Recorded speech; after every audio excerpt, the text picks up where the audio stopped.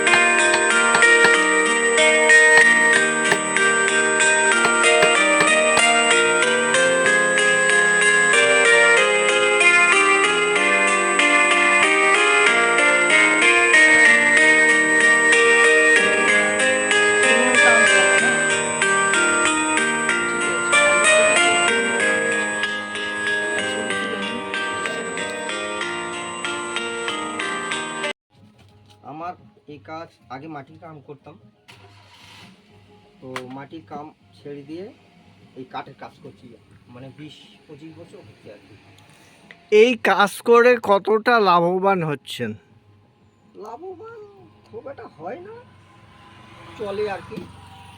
হ্যাঁ, আপনি কোনো সরকারি সাহায্য পাচ্ছেন? না, আমি সরকারি সাহায্য পাই না। কাউকে বলেছেন? আমি বলি, কি বলে তারা?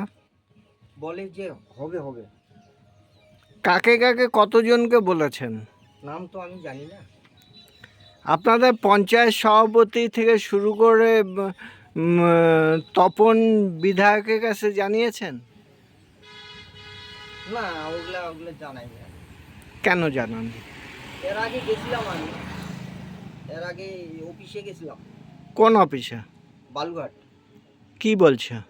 বলছে হবে হবে। হ্যাঁ, এখনো হয়নি? না, এখনো হয়নি। আপনি কি চাচ্ছেন? আমি এমন কিছু না, আমি চাচ্ছি যে আমার একটু সরকার একটু তাকে দেখুক। হ্যাঁ, আমার একটু কিছু দেখ, আমি গরিব মানুষ, দেখেন আমি এই ইয়াতে আছি। আপনার এই শিল্প কাঠের কাজের মুখোশগুলো কোথায় কোথায় যায়? এগুলা মানে বিভিন্ন জায়গায় যায়। যেমন দক্ষিণ দিনাজপুরে কোথায় কোথায় যায়? দক্ষিণ দিনাজপুরে মালদা, যেমন গাজল, আবার যেমন এইদিকে আপনার কোমরগঞ্জ থানা, হিলি থানা, বালুঘাট। এই মুখোশগুলো কি কি কাজে লাগে? এগুলা ওই যে এখন তো চৈত্রি মাস, তো হ্যাঁ, চৈত্রি মাসে পূজা হয়, তো ওই পূজার জন্য নেয় লোকে। মোটামুটি কীরকম দাম হয় এক একটা মুখা? 5,000, 5,500 এরকম করে।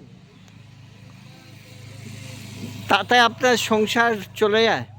চলে না, ওই টুকটাক করে ওরকম ভাবে কাজ করি, কী করবো, এখন গরিব মানুষ। আপনি এই মুহূর্তে কি চাচ্ছেন? একটু সরকার যদি আমাকে একটু কিছু দিত, হ্যাঁ, তাহলে আমার একটু উপকার হতো আর কি। আপনার পরিবারে কে কে আছে, কতজন সদস্য?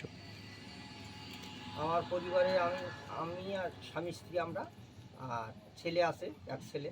ছেলে কি করে? ছেলে ওই মাটির কাজ করে। আপনার নাম? আমার নাম গণেশ বর্মন। মূর্তি বানাই, কিসের মূর্তি? কালী ঠাকুর, কিসের, মাটির না কাঠের? কাঠের।